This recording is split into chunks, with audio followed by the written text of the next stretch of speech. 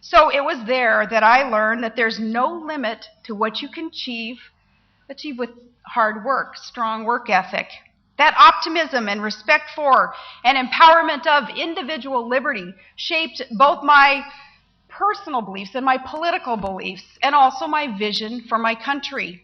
And I started in politics on the local level 2 decades ago, inspired by a desire to just serve the ordinary folks in my hometown.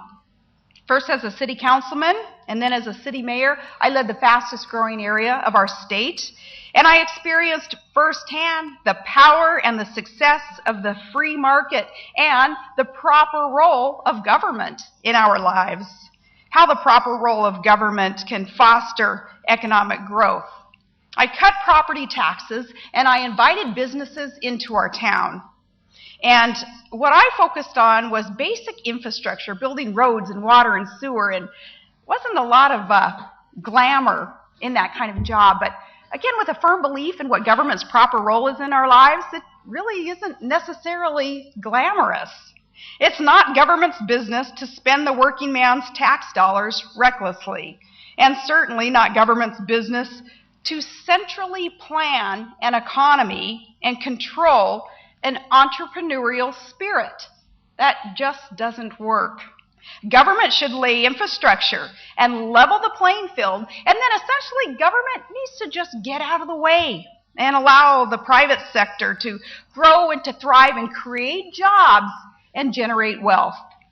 Then, as governor of my state, my goal was to clean up corruption and to develop our rich natural resources, our abundant oil and gas and minerals, our rich, robust fisheries in Alaska. And an important project there was a center point. It was jump-starting a natural gas pipeline project that had been stalled for decades. We brought all the stakeholders together for mutual benefit: our state, the energy industry, our neighboring country, consumers, and together with ordinary citizens who, per our Constitution in our state, the ordinary citizens are the resource owners.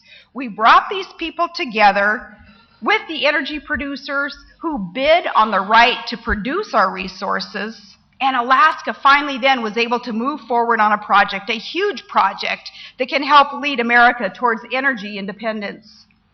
Through my work in Alaska as an oil and gas regulator, and then as our governor, I've seen firsthand how energy development and job creation and national security are linked. Affordable, reliable energy access to that is the key to economic growth, which is the key to job growth. Securing that stable domestic supply of fuel will lead to a more peaceful and prosperous America, an America that's not subject to the whims of foreign dictators who could cut off energy supplies and can use energy as a weapon as they would seek to control. Of course, energy issues are critical to the whole world's stability and to economic opportunities. By 2030, the world's energy consumption will increase by 50%, and half of that will come from India and China. We all face similar challenges in this energy arena, and this makes America's quest for energy independence and security all the more crucial as we seek to stabilize our economy and to secure our homeland and to cooperate with our allies who would seek peace on earth. Energy is the key. My vision for a free and prosperous America has much to do with energy. Now, we hear a lot about green energy today, and I'm a true believer in environmental conservation and responsible stewardship of the land. Remember, I live in Alaska, the pristine environment. I don't want to mess it up.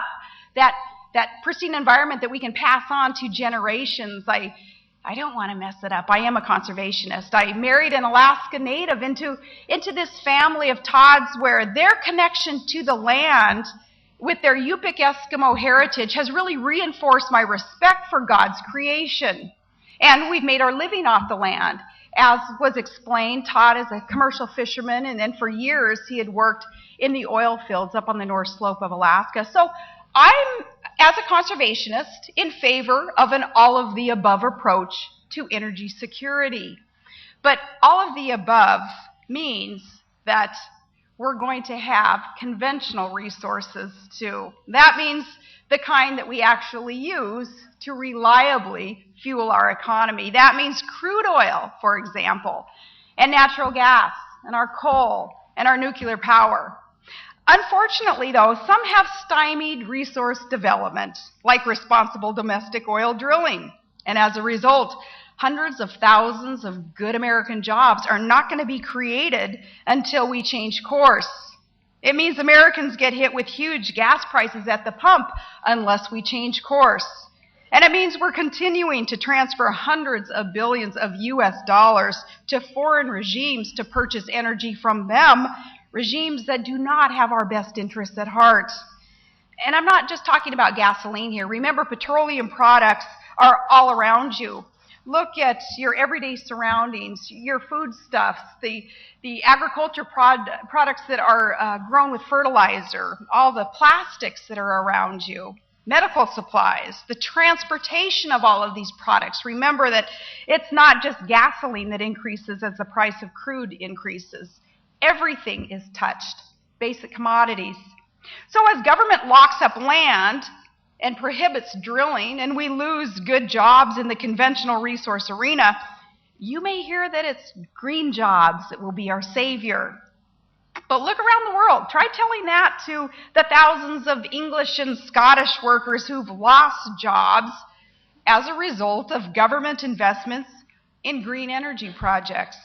A recent UK study shows that for every green job created, 4 jobs were lost elsewhere in the economy due to lack of affordable energy.